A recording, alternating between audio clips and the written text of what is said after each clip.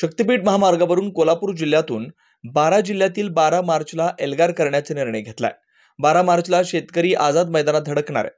कोल्हापुरात शक्तीपीठ विरोधी परिषदेत आझाद मैदानात धडक देण्याचा निर्णय घेण्यात आलाय, अशी माहिती काँग्रेस पक्षाचे विधान परिषदेतील गटनेते आमदार सतेज पाटील यांनी दिली। कोल्हापूर सांगली जिल्ह्यातील शेतकऱ्यांच्या विरोधामुळे विधानसभा निवडणुकीच्या तोंडावर स्थगित करण्यात आलेल्या शक्तीपीठ महामार्गाच्या कामाला मुख्यमंत्री देवेंद्र फडणवीस यांनी हिरवा कंदील दाखवल्याने शेतकरी आक्रमक झाले, तसं सतेज पाटील म्हणाले।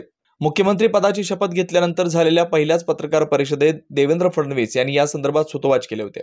महायुती सरकारनं डिसेंबर महिन्यात शपथ घेतल्यानंतर गोवा ते नागपूर शक्तीपीठ महामार्ग करण्यासाठी वेगवेगळे आराखडे तयार केलेत, असं सांगून सतेज पाटील पुढे म्हणाले, या महामार्गाला फक्त कोल्हापुरातून विरोध असं सांगितलं गेलं।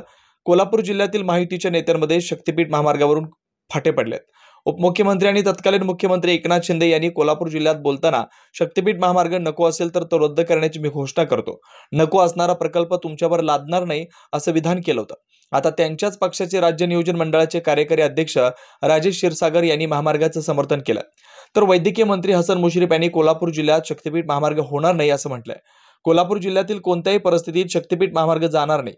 सांगलीपर्यंत कोणाचाही विरोध नाही, त्यामुळे तिथे विरोध करायचा आमचा संबंध नाही। शक्तीपीठ महामार्गाबाबत मुख्यमंत्री देवेंद्र फडणवीस यांच्याशी माझी चर्चा झाल्याचं हसन मुश्रीफ यांनी काही दिवसांपूर्वी म्हटलं होतं। सांगलीच्या पुढे संकेश्वर मार्गे गोव्याला शक्तीपीठ महामार्ग होऊ शकतो। शक्तीपीठ महामार्ग सांगली ते कोल्हापूर रस्ता आहे, त्याला जोडला जाणार आहे। हायवेला जोडल्यानंतर पुढे संकेश्वर मार्गे गोव्याकडे जाता येईल, असं हसन मुश्रीफ यांनी म्हटलं होतं। गेले 6 महिने झाले शक्तीपीठ महामार्गासंदर्भात कोल्हापुरातून आम्ही लढा सातत्याने देत आलेला आहे। मागच्या वेळी निवडणुकीच्या आधी सुद्धा एक मेळावा इथं झाला होता, त्यावेळी मुख्यमंत्र्यांनी अगदी सांगितलं विरोध आहे, रद्द आम्ही करणार नाही, ही भूमिका घेतली होती। त्यानंतर निवडणुकीच्या आधी फक्त कोल्हापूर जिल्ह्यापुरती अधिसूचना रद्द केली असं सांगण्यात आलं। आता पुन्हा रेखांकन जे येतंय ते सगळ्या आहे त्या पूर्वीप्रमाणे किंवा त्यात थोडा बदल करून हा शक्ती मार्ग रेटायचा चाललेला आहे। आणि म्हणून आज 12 जिल्ह्यातल्या लोकांना आम्ही बोलवलं होतं, प्राथमिक स्वरूपात एक बैठक झाली।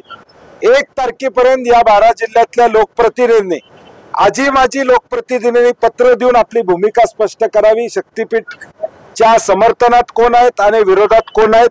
आणि त्याचबरोबर 12 तारखेला मार्चला एक भव्य असा या 12 जिल्ह्यातला मोर्चा हा मुंबईमध्ये या ठिकाणी येईल आणि सरकारला जाब विचारेल। आज आमदारांचा पाठिंबा आहे, काही शेतकऱ्यांचा पाठिंबा आहे, अशा पद्धतीचं मुख्यमंत्र्यांचं दुर्दैवी वक्तव्य हे अत्यंत चुकीचं आहे। कुणासाठी अशा 80,000 कोटीचा प्रकल्प या ठिकाणी होतोय? कॉन्ट्रॅक्टर धार्जिन प्रकल्पाला आमचा विरोध आहे।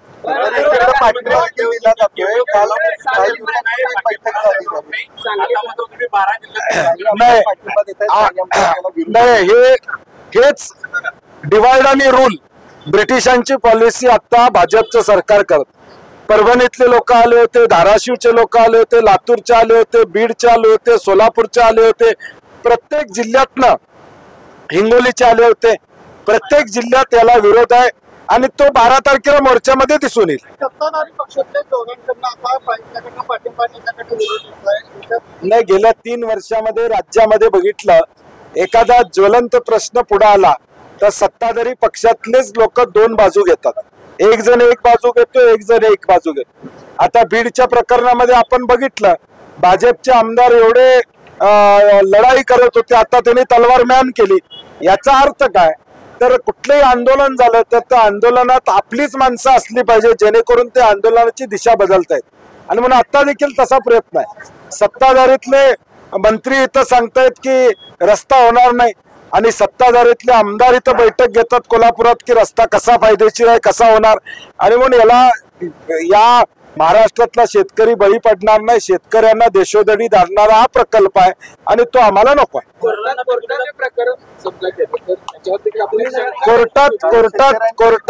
कोर्टात जाण्यासंदर्भात आमचा भूमिका नाही आहे।